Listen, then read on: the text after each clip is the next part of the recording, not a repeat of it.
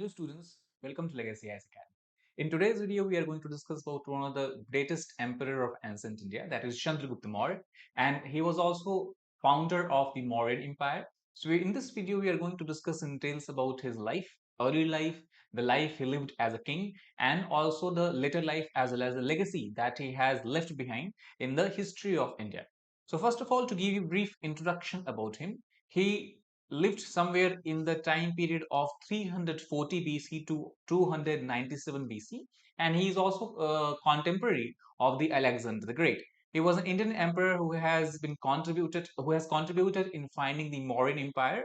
And this empire, though it began from a very small place such as Patliputra, that is in modern day Patna or Bihar, later on it expanded to a vast part of India and even modern day Pakistan and Myanmar.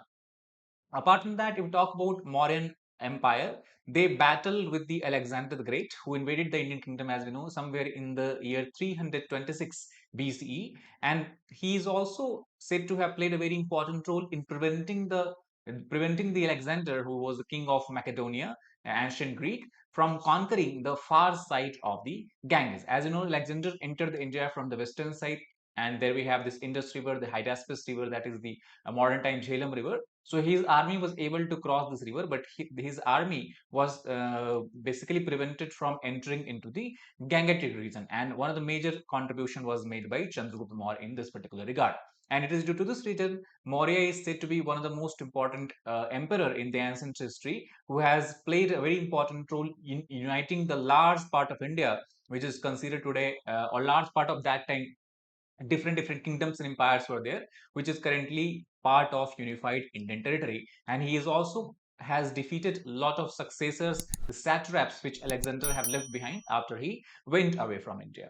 Now, some notable facts about Chandragupta Maurya, if we pay close attention to, we can know that he is known for uniting ancient India under the Mauryan Empire somewhere in year 322 BC. He was born in 340 BC, while he died in 297 BC in the modern day Karnataka. There is a place called as Sravanbelagola. So his spouse, though it is believed that he has a lot of consorts, the most important one was Durdhara, from he had a child that is called as Bindusar, and Bindusar later on ruled and became the king of Mauryan Empire after the Chandragupta Maurya left behind the throne and went for we can say ascetic practices in the Saranbelagola. However, if we talk about the early life Chandragupta Maurya, he did not came from some noble or royal family. It is believed that he came from a very humble background.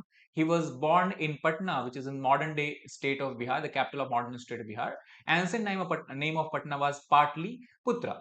It is believed that the father of Chandragupta Maurya was from the royal family belonging to Kshatriya caste, and his name was Sarvatra Siddhi, who was also the emperor of the Nanda kingdom.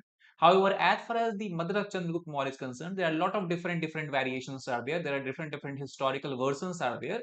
So we not have a lot of information about the other aspect of our early life Chandragupta Maurya. And the major writings about Chandragupta Maurya or major records of life of Chandragupta Maurya only came into existence once he took over the Nanda Empire and established the Mauryan Empire, that is his own empire, under the leadership of his guru Chanakya, or also called as Kautilya. So let us have a look about the foundation of the Mauryan Empire. So Chandragupta Maurya, though he did not belong from royal family, he did not come from very noble blood. He was a very brave and charismatic leader, and it is believed that from very birth he has basically showed the tendency of being a leader. So this innate leadership quality of Chandragupta Maurya was basically came into attention of the famous Brahmin scholar of that time, Chanakya, and he then groomed Chandragupta Maurya to conquer and rule in the place of Nanda Emperor by teaching him tactics from different Hindu sutras and also helping him raise an army. Chanakya has a kind of grudge against the Nanda Empire because he was insulted in the court of Nanda kings, and that is why one of the most important decision, or most important, what you can say, resolve of Chanakya was that he wanted to see the disintegration and demise of the Nanda kingdom. And Chandragupta was his Shishya, and that is why he was preparing Chandragupta to take over the Nanda Empire and cause its decline. So when Chandragupta became finally more adult, he entered into adulthood. Then he allied himself with the king of the mountain kingdom who is called as Puru. Other name of Puru is also he is known as the name of Porus. So after aligning with Puru or Porus, who also has defeated, who was defeated by the Alexander, but however he was spared, and then he got control over a large territory of the northwestern India. So he aligned himself with Chandragupta, and after that, the armies of both Chandragupta Maurya as well as the Puru or Porus basically kind of attacked the Nanda Empire. However, the first attack against the Nanda Empire was not very successful, and the Chandragupta forces have to lay siege to the Nanda capital at the Patliputra. However, after some time, somewhere in the year 321 BC, the second wave of attack was carried out by Chandragupta Maurya and his army, and then they became finally successful. The capital of Nanda Empire, Magad, that is Patliputra, fell, and thus at that time Chandragupta Maurya was 20-year-old. He finally started his own kingdom, and thus he named this kingdom as a Maurya Empire or Mauryan Empire.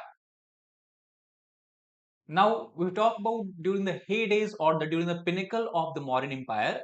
We can see the territory of Mauryan Empire extended from the western part of India, which extend all the way up to Afghanistan, to all the way Myanmar in the east. On the other hand, if you look at the north-south extent of Mauryan Empire, it extended all the way from Jammu and Kashmir region in the north to the Deccan Peninsula in the south. During the reign of Chandragupta Maurya, the only part which is a part of modern India, which was not under control of Mauryan Empire, were the Tamil kingdom of the south and the Kalinga kingdom of the eastern India, which is in modern day Odisha. Apart from that, the entire Indian territory, which we know today as India, was part of the Mauryan Empire.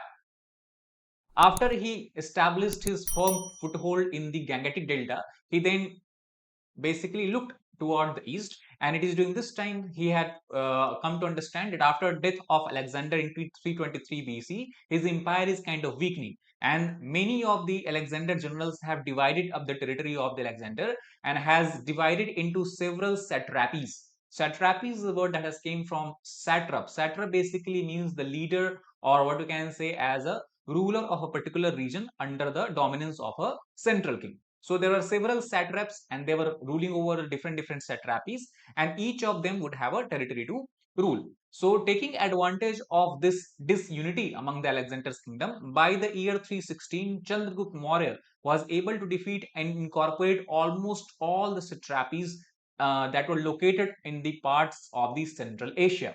And thus the empire of Chandragupta Maurya extended all the way up to age of what we can say in the modern state of Iran, Tajikistan as well as the Kyrgyzstan. Not only that, Chandragupta Maurya is believed to also may have arranged for the assassination of two of the Macedonian satrap that also has caused significant weakening of the Greek Empire. After that, he also tried to attempted to expand his empire into the eastern Persia. And in eastern Persia, which is modern day Iran, during that time it was being ruled by one of the satraps and very close general of Alexander, who is known as Seleucus Nicator. Seleucus Nicator is also believed to be the founder of Seleucid Empire, and he was a former general of Alexander. So when we can say Chandragupta Maurya wanted to or tried to attack the satraps of Seleucus Nicator, the army was defeated very easily, and thus Chandragupta gained control of large swaths of land in the eastern Persian region. And also, during the time of negotiation, he was able to win the hand of one of the daughter of Seleucus in the marriage. Thus, we can say a kind of marriage alliance was established between Chandragupta Maurya and the Seleucid Empire, that is the families of Seleucus Nicator. In the exchange, Seleucus also received 500 war elephants from the Chandragupta Maurya's army, which he has put to good use at the Battle of Ipsus, which he fought in the 301 BC. So this was a kind of negotiation. They both came to each other after the end of the war, and both have a kind of win-win situation in this particular scenario. Once he conquered or once he expanded his empire into the eastern, western, and the northern part, now he looked toward the southern region of modern day India. And as far as the noted historians of ancient times, such as Strabo, it is believed that Chandragupta Maurya attacked the Deccan Peninsula with an army of 400,000 people, while as far as the Pliny the Elder is concerned, he believed that his army was made up of 600,000 different soldiers. So whatever number is somewhere between 400,000 to 600,000 was the number of Chandragupta Maurya's army with which he attacked the Deccan Peninsula. and thus during that time he was able to conquer almost all the Indian subcontinent, as we discussed before, except two kingdoms. One was the Kalinga, which is in the modern day Odisha, and other was the Tamil kingdom in the southern tip of the landmass. Coincidentally, when the grandson of Chandragupta Maurya, Asoka, one of the most or greatest emperor of the North India, and emperor of India, we can say in general, he was able to then bring Kalinga and Tamil kingdom also within the Mauryan Empire. So what was began or what was started in the reign of Chandragupta Maurya was finally completed, or his ambition was finally completed by his grandson Asoka. So by the end of his reign, Chandragupta Maurya is also considered to have united almost all of the Indian subcontinent, and then it was followed by the Asoka, and also before that to some extent by his son Bindusar. Now, if we talk about the family life of Chandragupta Maurya, we do not have a lot of information. Only one of the Chandragupta's queen or consort whom we know about from the historical record is known as Durdhara, who was the mother of the first child of Chandragupta Maurya, Bindushar. However, it is generally believed that Chandragupta Maurya had many more consorts. Now, interestingly, what we can understand here, that why his son was called as Bindusar.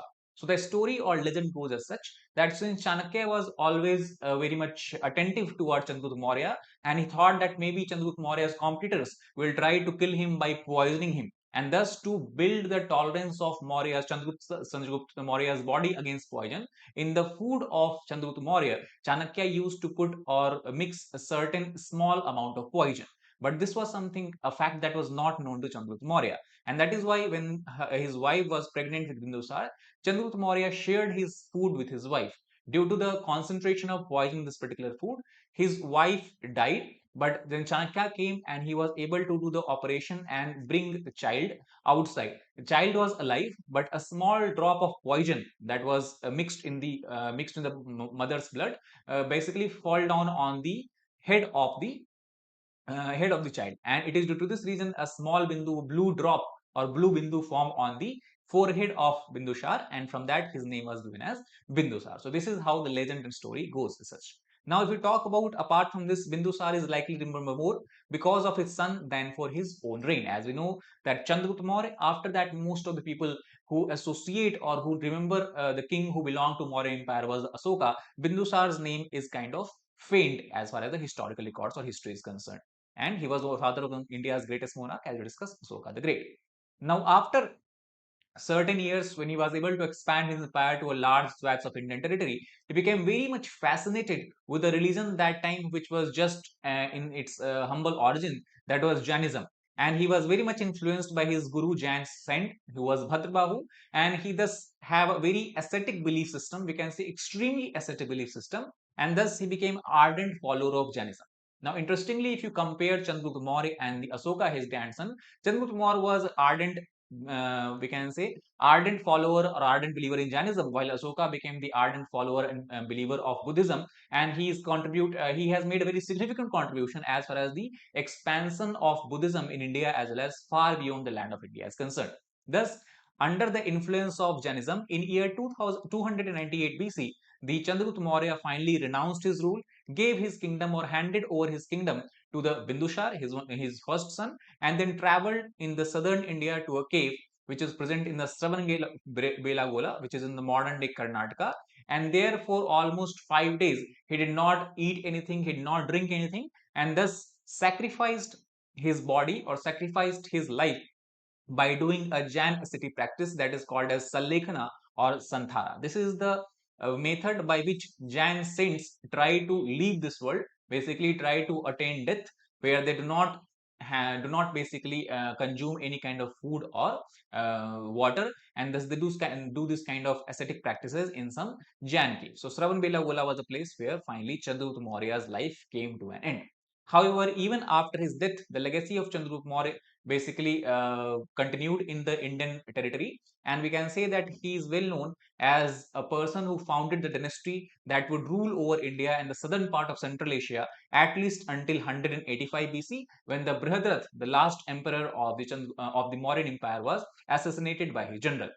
The grandson of Chandragupta Maurya, Asoka, would follow in his footsteps and in several ways has conquered a vast swaths of territory and then became a devout devoutly religious, as we discussed before, under the influence of the Buddhism. In fact, Asoka's reign in India is believed as the purest expression of Buddhism in any government in the history. However, despite the paucity of records, since the Chandragupta Maurya, his empire was a very, very old empire, it's ancient empire. His life story has inspired several novels, movies such as 1985's Samrat Chandragupta, as well as even in 2011, in recent times, a Hindi language TV series has been influenced by his life. So that is all about the life of Chandragupta Maurya. I hope you understood about that what was the legacy of Chandragupta Maurya, what was his life all about, and what is the contribution he has made as far as the ancient India is concerned. So that is all for this particular video. I hope you like the video. If you like the video, please hit the like button, share it with your fellow aspirants, as well as subscribe to our channel for more helpful content. Thank you very much.